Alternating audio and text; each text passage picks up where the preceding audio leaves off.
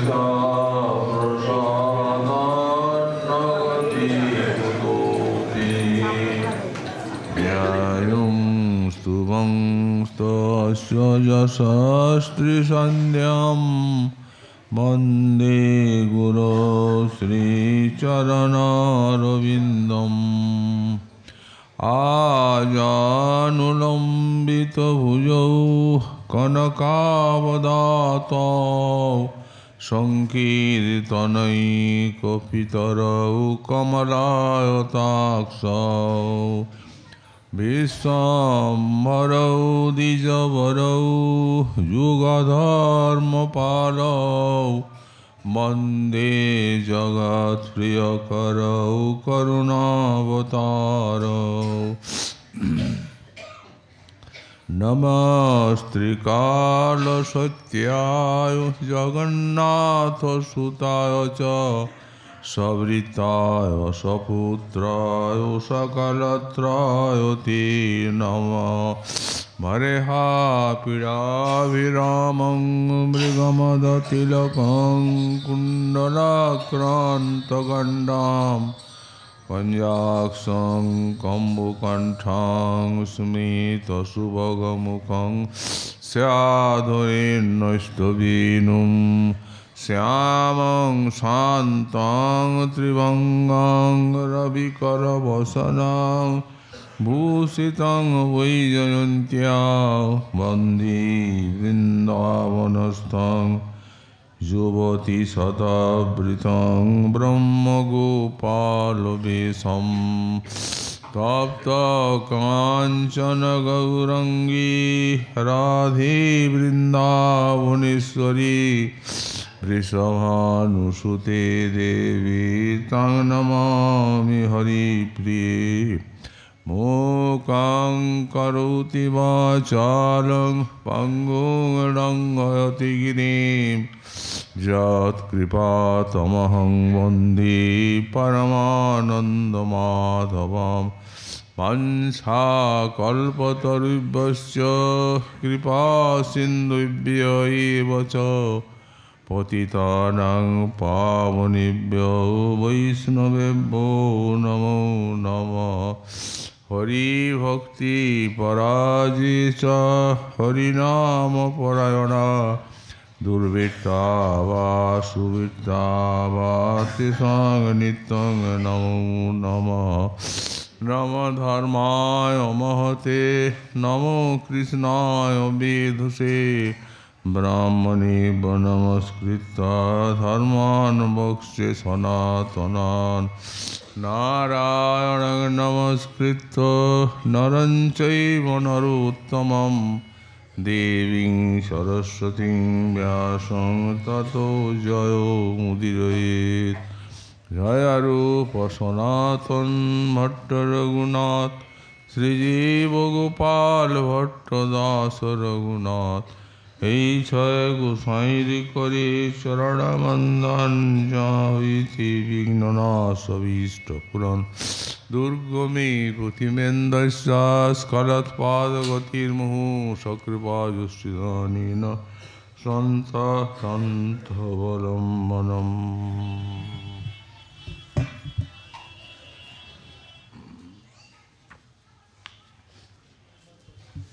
मितो भंगी कोटि प्रवहादनुरागामृतरसो तरंगात् भ्रूभंग क्षुभितो वहिरभ्यन्तरमहो मदाघूर्णन्यत्रं रचयति विचित्रं रतिकलाविलासं तत्कुञ्जे जयति नवकिशोरमिथुनम्।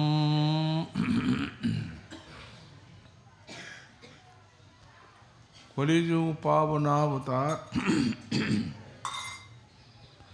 श्री श्री गौरांग महाप्रभु परमो अंतरंग पार्षद परम पूज्यपाद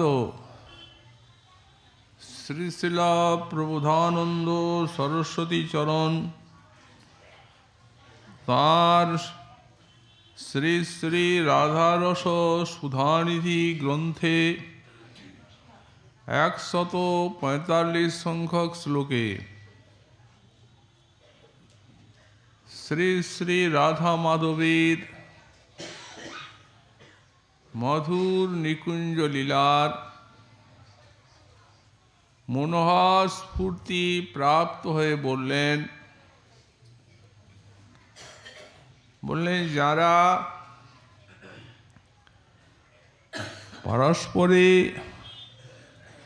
পরস্পরের সান্নিধ্যে সরস ভঙ্গিমা প্রকাশ করছেন এবং সেই কোটি কোটি সরস ভঙ্গিমায় পরস্পরেরই অনুরাগামৃত রস প্রবাহিত হচ্ছে, যার তরঙ্গগুলি তাদের ভ্রুভঙ্গির দ্বারা ব্যক্ত হচ্ছে এবং তাতে তাদের বাহির এবং অন্তর ক্ষুভিত হয়ে পড়ছে। মদা ঘূর্ণনেত্রম রচয়তি বিচিত্রম রতিকলা বিলাসম। মদালসে যাদের নয়ন ঘূর্ণিত এবং তদবস্থায় যারা অতি আশ্চর্যময় রতিকলা বিলাস রচনা করছেন, তৎকুঞ্জে জয়তি নবকৈশোর মিথুনম। সেই রসময় বৃন্দাবন নিকুঞ্জে নবকৈশোর মিথুন শ্রী শ্রী রাধা মাধব সর্বোৎকর্ষে বিরাজ করছেন।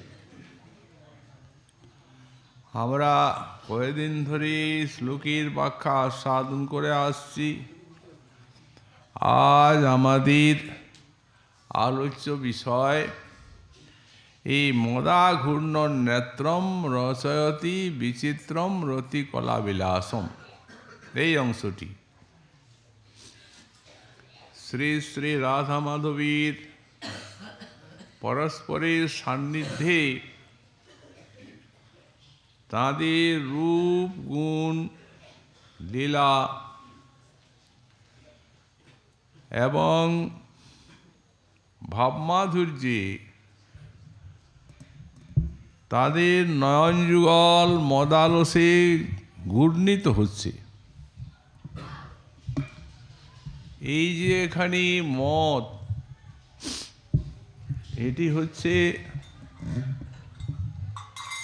একটি স্থায়ী ভাব, একটি ব্যভিচারী ভাব, স্থায়ী ভাব সিন্ধু তাতে তরঙ্গের মতো ওঠে এবং স্থায়ী ভাব সিন্ধুকে বাড়ায় আর সেই সিন্ধুতেই মিলে যায়। শ্রী গোস্বামীপাদ বললেন, উন্মজ্জন্তি নিমজ্জন্তি স্থায়ী নমৃত বারিদু।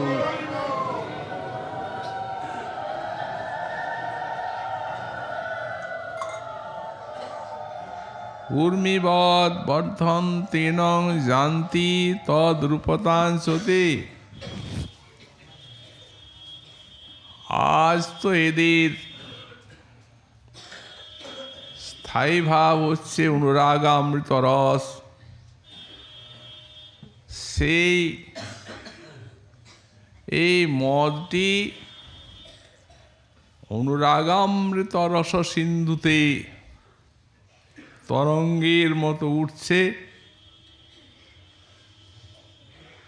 যার ফলে তাদের উভয়েরই নয়ন ভঙ্গিমা ঘূর্ণিত এবং স্থায়ীভাব সিন্ধুতে উঠে তাকে বর্ধিত করে তরঙ্গের মতো, আর এগুলি তাতেই ডুবে যায়। এই জন্য এইগুলিকে সঞ্চারী বা ব্যভিচারী ভাব বলা হয়। এইগুলি 33টি আছে। এই রাধা মাধবীর যে শৃঙ্গার রস সিন্ধু, এতে মদটিকে উজ্জ্বলে বলা হয়েছে, যেমন পানাদি জনিত মত্ততা, অথবা এই মদটি উভয়েরই মদন মদ। তো এখানে কে মদন? তিনি নিজেই তো অপ্রাকৃত নবীন মদন। রাসলীলা বর্ণনায় শ্রীপাদ সুখদেব মুনি বললেন, সাক্ষাৎ মন্মথ।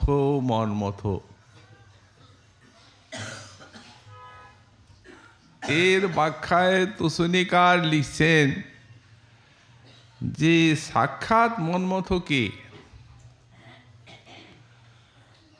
উনি বললেন, ইনি অপ্রাকৃত মদন। এই প্রাকৃত মদনের বৃন্দাবন লীলায় কোনো প্রকার প্রবেশাধিকার নাই,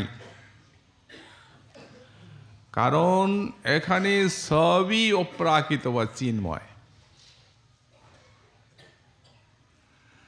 তাই এই সাক্ষাৎ মন্মথ অপ্রাকৃত মদন। প্রাকৃত মদন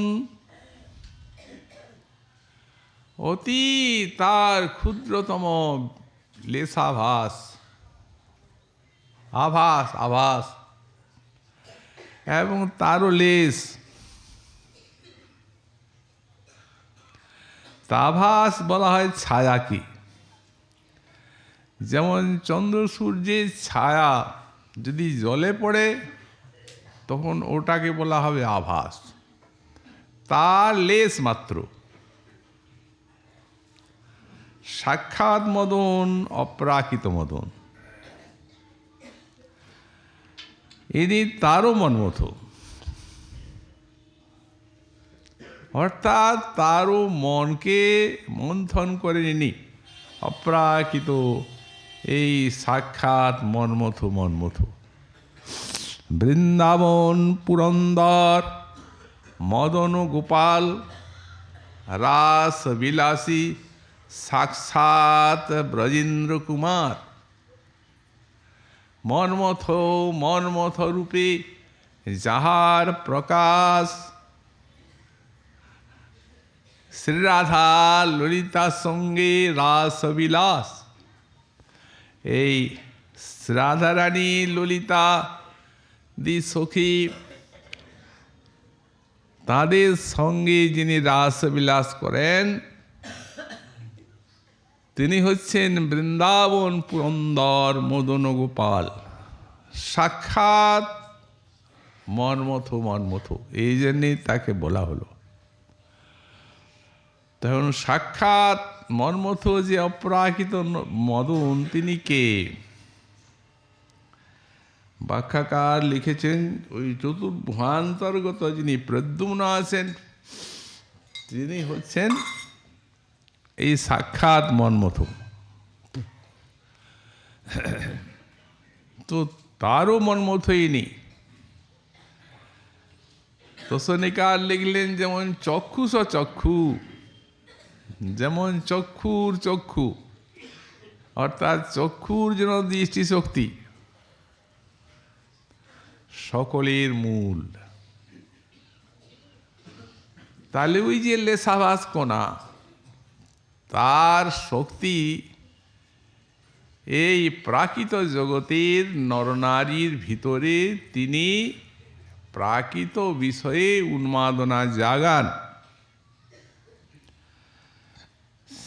সেই উন্মাদনা কত বড়!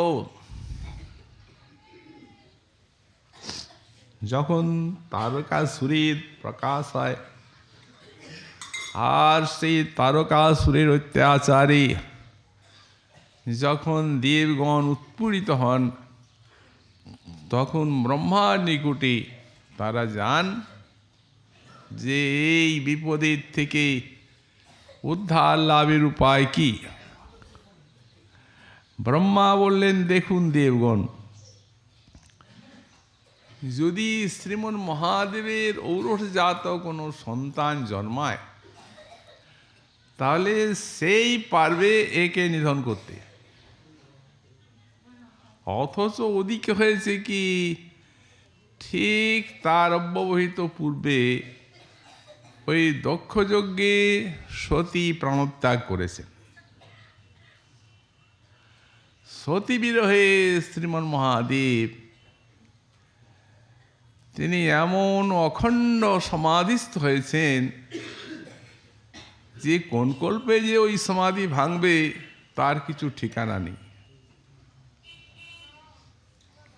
তখন দেবগণ আর কি করেন, নিরুপায় হয়ে এই কাম যে মন্মথ আছে তারই শরণাপন্ন হয়েছে।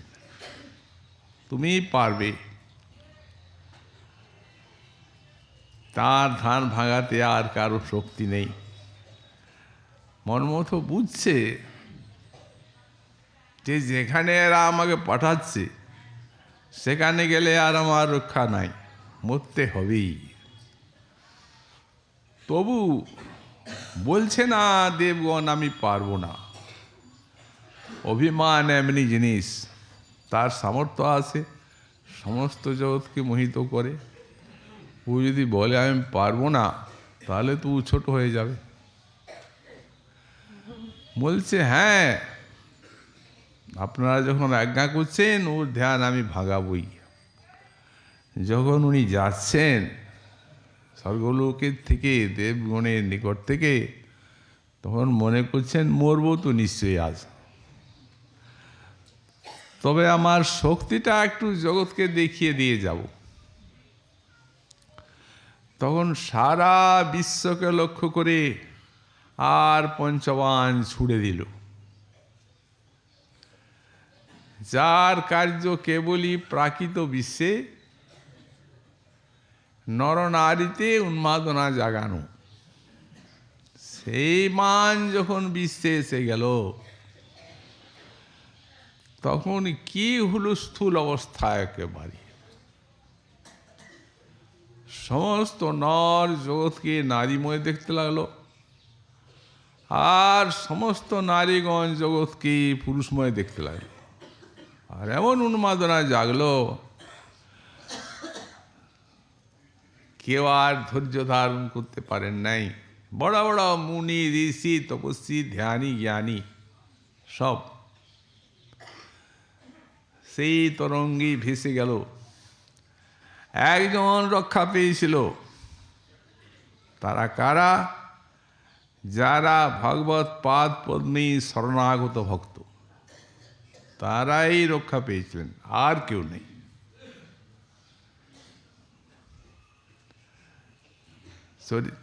রামচরিত মানসে বিষয়টা উদ্ধৃত আছে।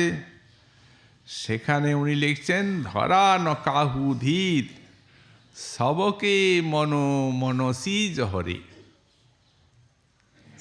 যাহি রাখে রঘুবীর তে উবরে তেহি কালমহ। ওই সংকটকালে ওই একজনেই বেঁচেছিল, যারা শরণাগত ভগবত ভক্ত, আর কেউ বাঁচতে পারেনি।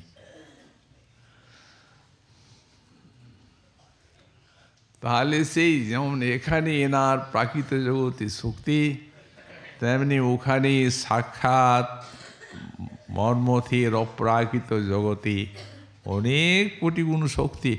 আরে বৃন্দাবন পুরন্দর মদন গোপাল, তার যে কত শক্তি, তার ব্যাখ্যা করবার কি কোনো ভাষা জগতে আছে?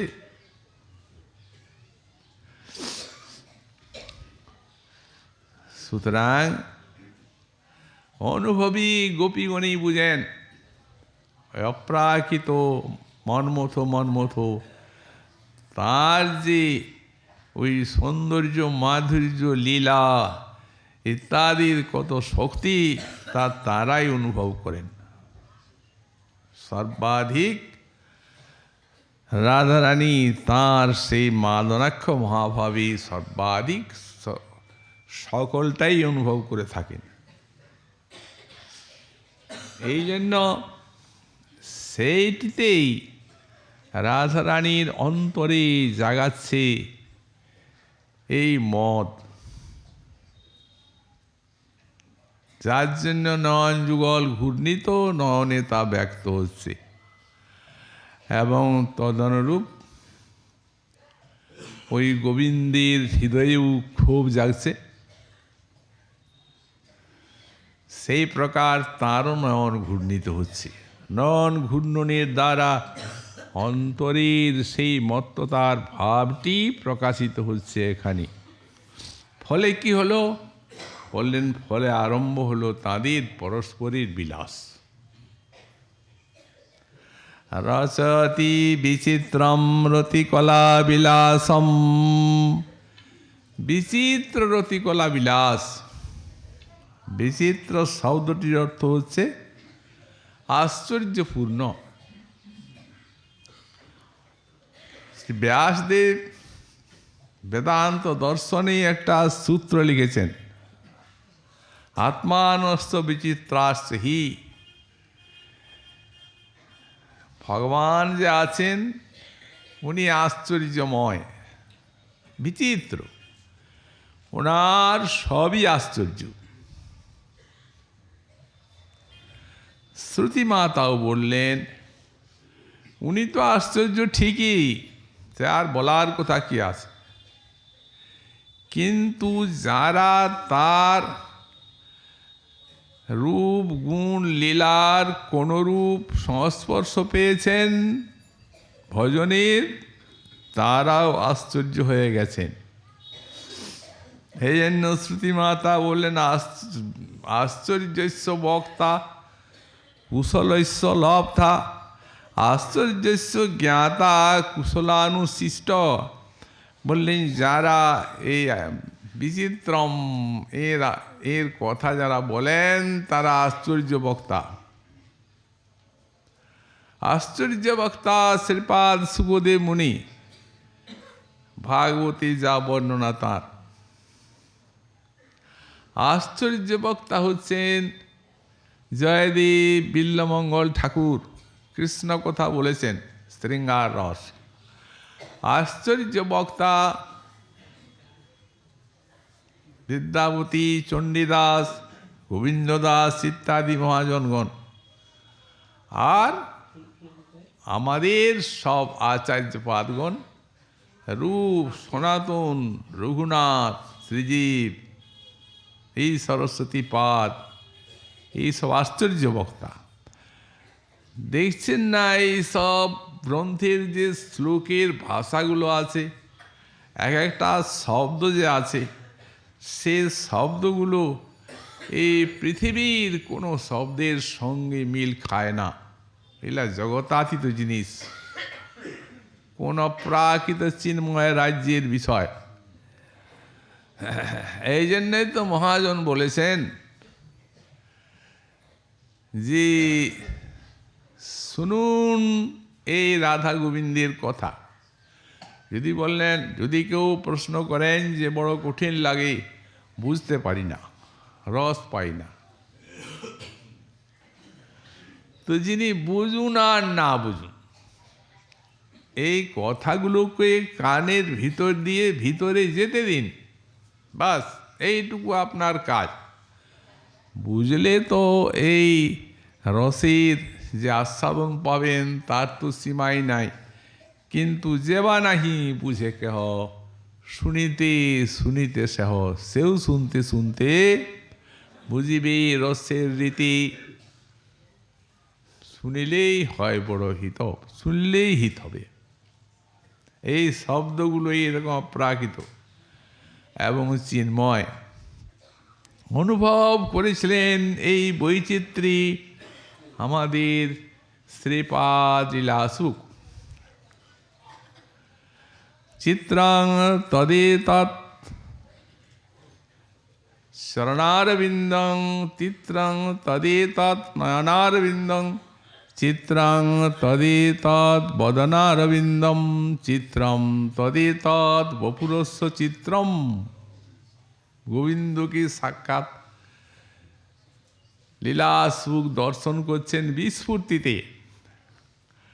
তো দেখছেন চরণের দিকে, বলছেন চিত্রম, এ আশ্চর্য, বর্ণনার আর ভাষা নাই। এই বিচিত্রম তিনটি অক্ষরে সেই কথাই ব্যক্ত করে দিয়েছেন যে এই জিনিস বর্ণনা করতে কারো শক্তি বা সাধ্য নেই।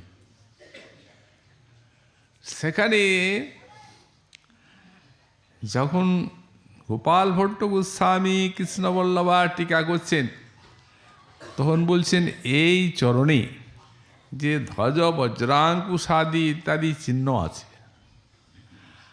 আর সেই সঙ্গে চরণের যে ব্রহ্মাদি মোহন, অদ্ভুত যে মাধুর্য, সে চিত্রম অতি আশ্চর্য।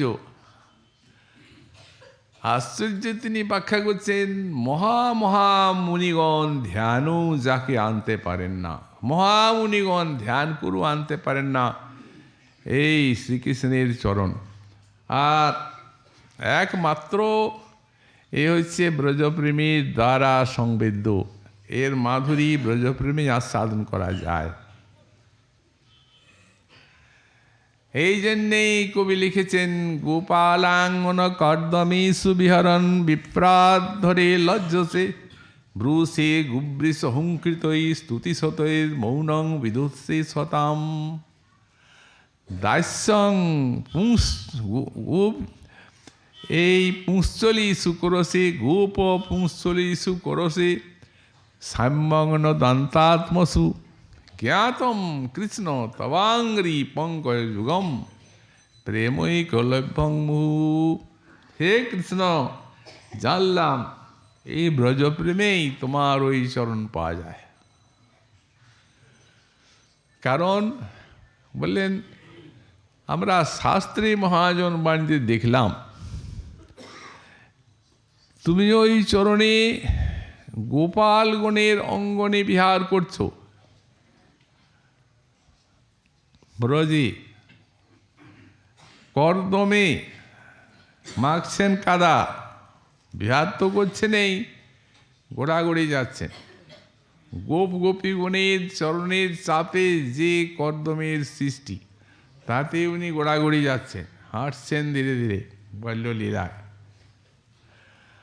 আজ যখন ব্রাহ্মণগণ যজ্ঞ করছেন, ডাকছেন, আগচ্ছ ইহাগচ্ছ ইহাগচ্ছ, কত কত সব মন্ত্র পাঠ করছেন শক্তিশালী,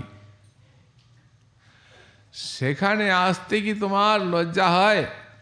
বিপ্রাদ ধরে কিং লজ্জসে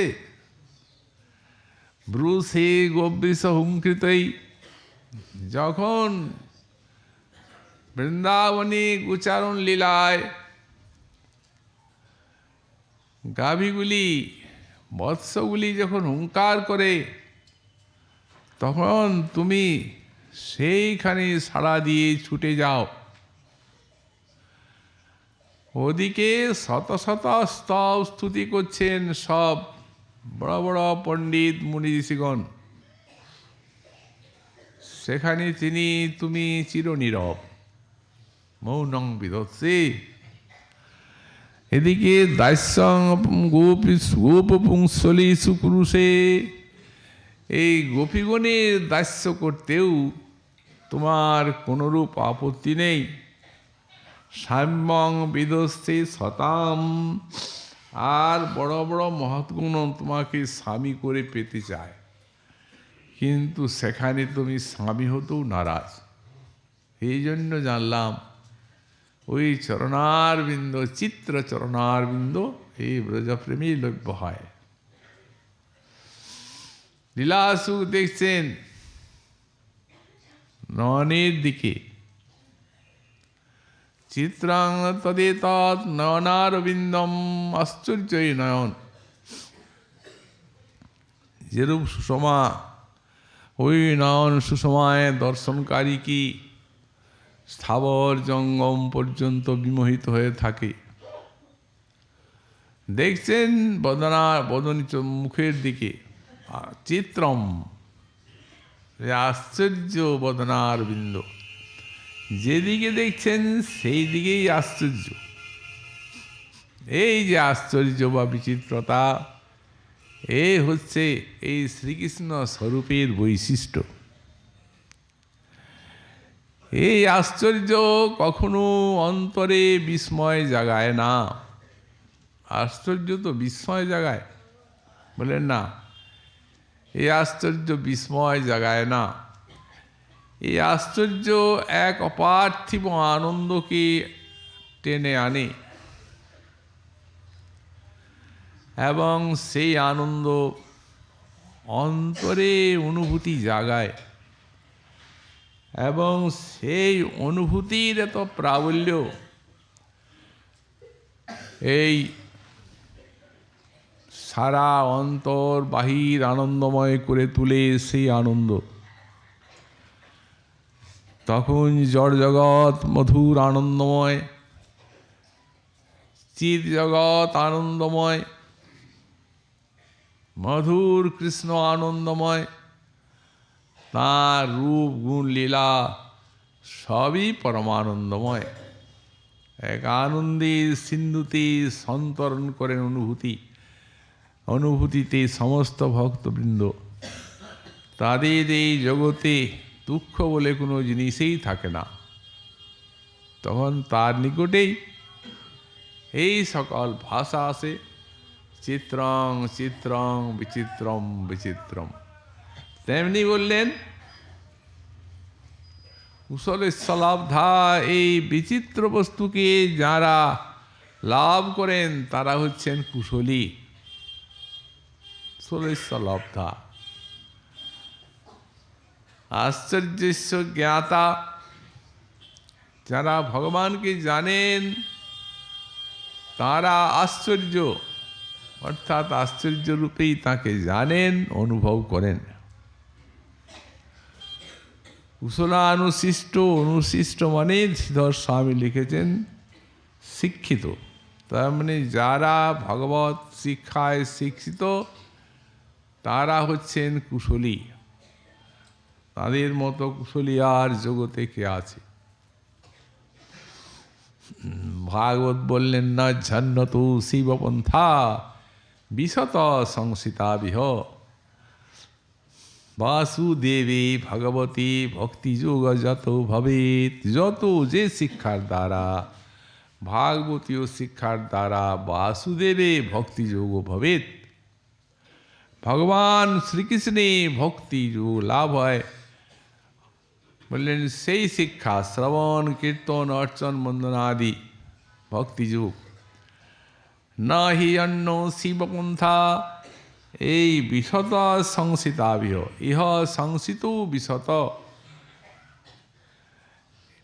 এই 84 লক্ষ জনিতে এই সংসারে যারা প্রবিষ্ট হয়ে আর সংসার রোগ ভোগ করছেন, সেই সকল মায়াবদ্ধ দুঃখী জীব নিবহ, তাদের পক্ষে ন অন্য অত শিবপন্থা অস্তি, এই ভাগবত শিক্ষার মতো আর অন্য কোনো মঙ্গলময় পন্থা নাই। কুশল অনুশিষ্ট এই শিক্ষায় শিক্ষিত যারা, তারা পরম কুশলী। এই প্রকার বিচিত্রময় পুরুষ এই কৃষ্ণ, এই জন্য সবই বিচিত্র। আর এই যে রাধা মাধবীর রতিকলা বিলাস, সাধারণ প্রাকৃত জগতের মানুষ আমরা যখন যুগলের এই মিলন বা বিলাসের কথা শুনি, তখন এই জগতে প্রাকৃত নায়ক নায়িকার মিলনের চিত্রটি আমাদের হৃদয়ে ফুটে ওঠে। ওটা স্বাভাবিক। তার কারণ অনাদিকালের থেকে আমাদের হৃদয়ে যে জড়ীয় সংস্কার রয়েছে একবারে কঠিন বজ্রলেপের মতো। জ্ঞানের বাণী, এই পার্থক্যের জ্ঞানটি তার কাছে পৌঁছে দিলেও ওই যে বজ্রলেপের মতো যে সংস্কার, কুসংস্কার ঘুচে না। এই বিলাস শব্দ শুনলেই মাথা ঘুরে, এই যা জগতে দেখছি। কিন্তু তা নয়, এই জিনিসটা হচ্ছে ভগবানের ভক্তের প্রেম মাধুরী আস্বাদন আর ভক্তের নির্মল নিষ্কাম কৃষ্ণ সেবা, এবং যতগুলো ভক্তি স্তর আছে সবার উপরে বিরাজ করছে এই বস্তু, যা মহাপ্রভুর মহাদান। মহাজনগণ বললেন যখন শান্ত রসে আমরা যাচ্ছি এই তখনই জগৎটা নিচে পড়ে যাচ্ছে।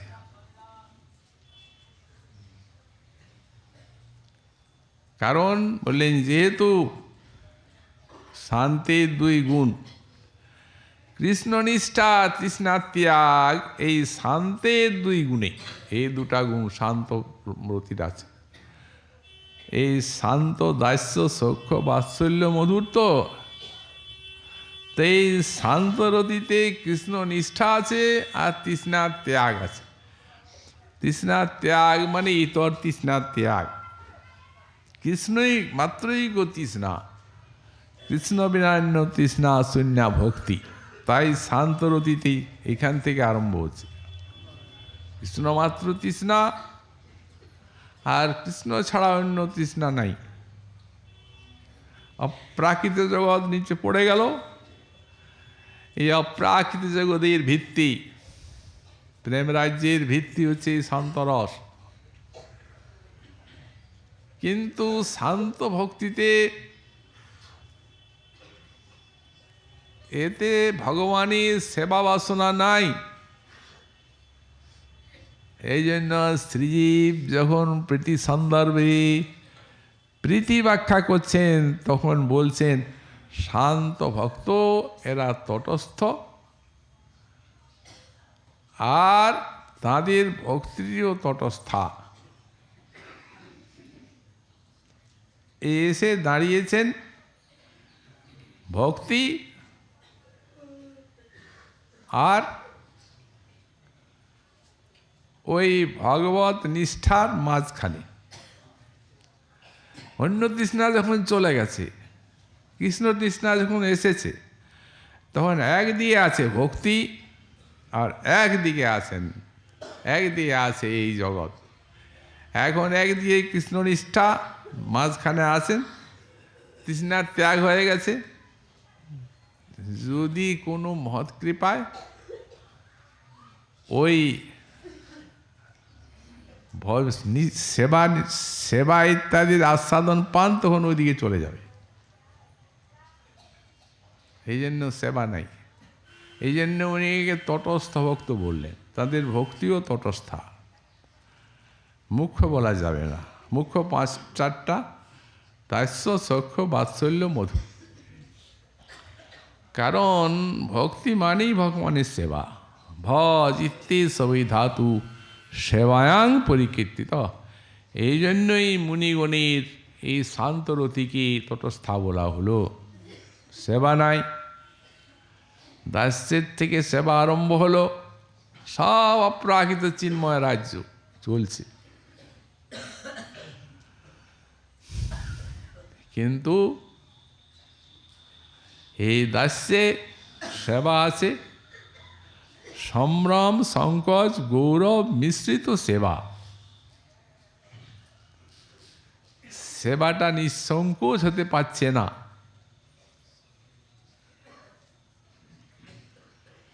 তার কারণ বললেন যেহেতু তাদের ঐশ্বর্যগান আছে।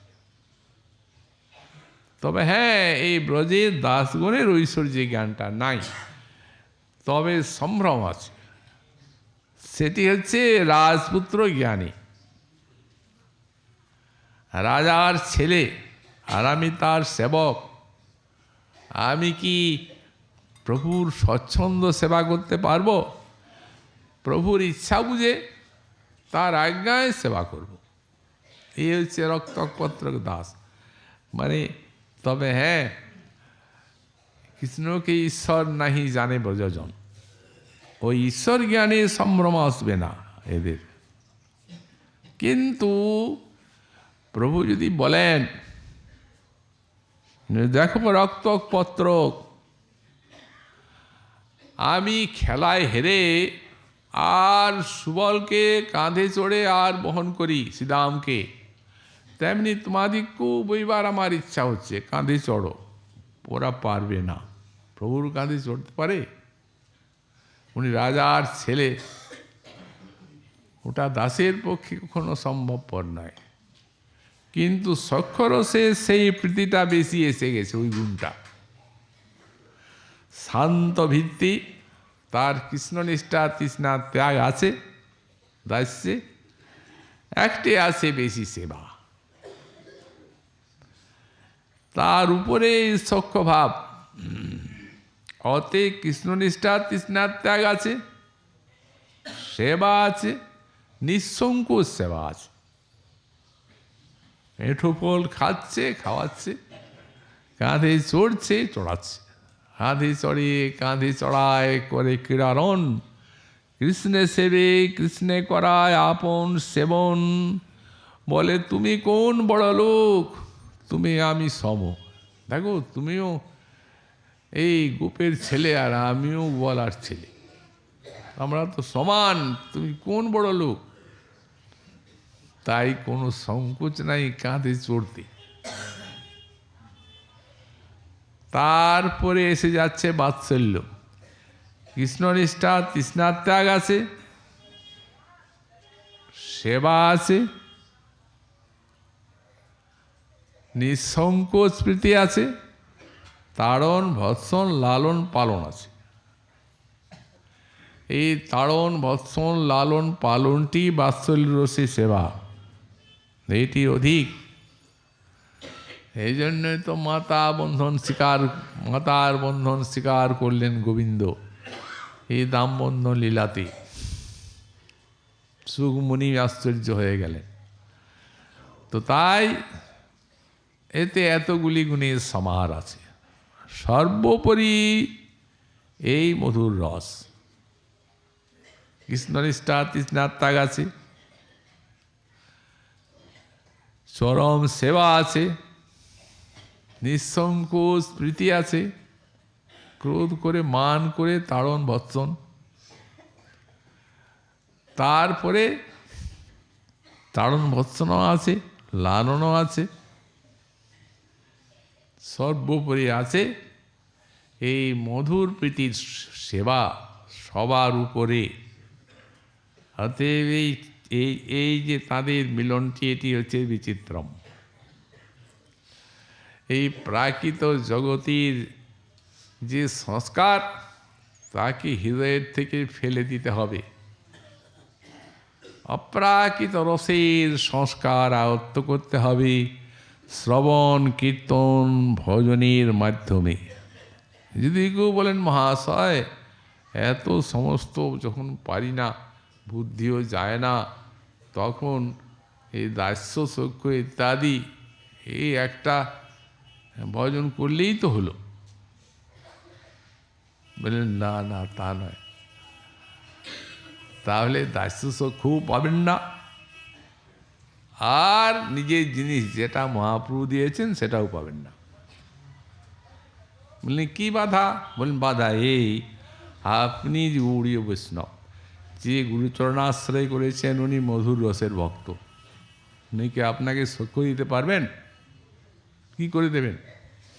সে আনুগত্যটা তো নাই। ব্রজরসের রাগানুগা ভজনটি তো আনুগত্যময়, তার একটা শ্রেণী বিভাগ আছে। তো সেই শ্রেণী বিভাগ অনুসারে একবারে মহাপ্রভুর থেকে আরম্ভ করে আপনার শ্রী গুরুদেব পর্যন্ত এই সব ধাপে নেমে এসেছে ওই যে ওই রাস্তাটা মধুর রসিদ, এই রাধারানীর দাস্য। তো আপনি যদি কল্পনা করে আর দাস্যরসের ভাবনা করেন তো আপনারটা তো কল্পিত হয়ে যাবে। ওটা ওই চিন্ময়ী শক্তি, ভক্তি শক্তি, এ তো ওই পরম্পরায় নামবে, অন্যদিকে তো যাবার পাবার কোনো উপায় নেই। সা লাদিন্না এব কাপি সর্বানন্দাতি সায়নে ভক্তি নিত্যং ভক্তবৃন্দে সেবনিক্ষেপমান ভগবৎ প্রত্যাখ্যয়া বর্ততে। তার এইটি হচ্ছে ওই রাস্তা আসার জগতে। মন্দাকিনী ধারা যেমন ভগবান শ্রীকৃষ্ণের চরণকমল থেকে নিঃসৃত হয়ে আর কুলু কুলু নাদে প্রবাহিত হয়ে সমুদ্রে মিশছে, তেমনি ভক্তি মন্দাকিনীর ধারা ভগবানের চরণ থেকে বেরিয়ে আর ওই ভক্ত পরম্পরায়, গুরু পরম্পরায় বইতে বইতে বইতে বইতে সাধকের নিকটে আসছে। তবে তো সেই ভাব সমুদ্রে নিয়ে যাবে, তাছাড়া তো আর অন্য কোনো পথ নাই। তো সুতরাং এই যে বস্তু আমাদের মহৎগণের এবং গুরু বৈষ্ণবের কৃপাতে তাদের এই সমস্ত গ্রন্থানুশীলনের দ্বারা, শ্রবণ কীর্তনের দ্বারাই এই সংস্কার আয়ত্ত হবে এবং সর্বোপরি চরম আনন্দের রাজ্যে জীব শক্তিকে নিয়ে যাবে, যেটা গৌড়ীয় বৈষ্ণবের সাধ্য তত্ত্ব। একটা জীব শক্তি সাধন ভজনের দ্বারা যত চরমতম রাজ্যে পৌঁছাতে পারেন, মহাপ্রভু কৃপা করে সেই রাজ্যে পৌঁছিবার রাস্তা এবং সেই রূপ কৃপা সবই দিয়ে দিয়েছেন। আমরা এমন সুযোগ ছাড়ব কেন? যেহেতু ওই সংস্কারটি আমাদের আয়ত্ত করতে হবে। এই জড়ের কথা সমস্ত বিস্মৃত হয়ে আর ধীরে ধীরে সেই চিন্ময় সংস্কার আয়ত্ত করা পুরো সাহায্য করবে আপনাকে আপনার স্বরূপের অভিমান। এই আমরা সেদিন বললাম, মহাপ্রভু এই জন্যই দেহে আত্মবুদ্ধিকে বিবর্তে স্থান বললেন। এই অভিমানটি অন্তরে পোষণ করলেই আর এই বিষয়ে কোনো বাধা থাকবে না, পরিষ্কার হয়ে গেল। ভক্তিপথ আমাদের সেই পরমাসাধ্যময় রাধা মাধবীর সেই সেবা মাধুরী আস্বাদনের পথ যথেষ্ট পরিষ্কার করবে ওই আপন আপন স্বরূপের অভিমান। সবে আছে গৌড়ীয় বৈষ্ণবের, গুরু বৈষ্ণবের কৃপাতে, মহাপ্রভু এবং আচার্য পাদগণের কৃপাতে এখন সেইটি ভজন করে আর অনুভবের মধ্যে আনতে হবে। দেওয়া আছে, ওটাকে পাকা করে নিতে হবে। দেওয়াই আছে, কিন্তু এই অপক্ষ বস্তু যেই জড়ীয় অনর্থাদি এই ভজন সাধনের দ্বারা এইগুলিকে মার্জন করে আর ওই নিত্য সংস্কার আয়ত্ত করতে হবে। এটি ভজন, ভজনের উদ্দেশ্য আমাদের তাই। এই জন্য বলছেন রচয়তি বিচিত্রম রতিকলা বিলাসম তৎকুঞ্জে জয়তি নবকৈশোর মিথুনম। সেই কুঞ্জে শ্রী শ্রী রাধা মাধব সর্বোৎকর্ষে বিরাজ করছেন। আমাদের আজকে এই শ্লোকের ব্যাখ্যা এইখানেই সমাপ্ত হলো। শ্রীমন মহাপ্রভুর কৃপা হলে আগামীকাল আবার পরবর্তী শ্লোকের ব্যাখ্যা আমরা সাধন করব। আজকে আমাদের ভাগবতী কথার এইখানেই বিশ্রাম হলো।